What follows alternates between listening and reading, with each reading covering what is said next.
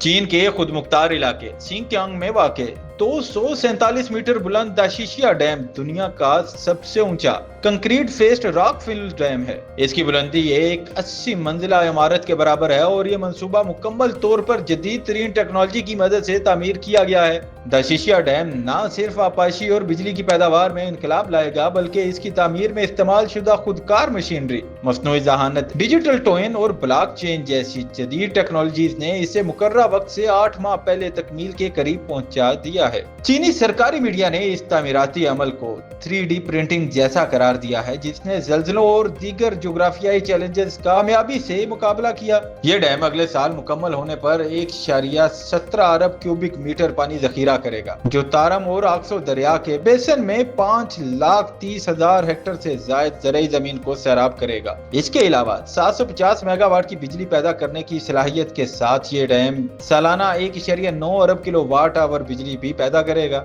जो लाखों घरों को रोशन करने के लिए काफी है। चीनी हुक्काम ने माहौलियाती तहफ़्फ़ुज़ को भी मद्देनजर रखा है और इस मंसूबे के करीब दरियाए तारुन के कुदरती माहौल की हिफाजत के लिए लाखों मछलियां भी पानी में छोड़ी हैं।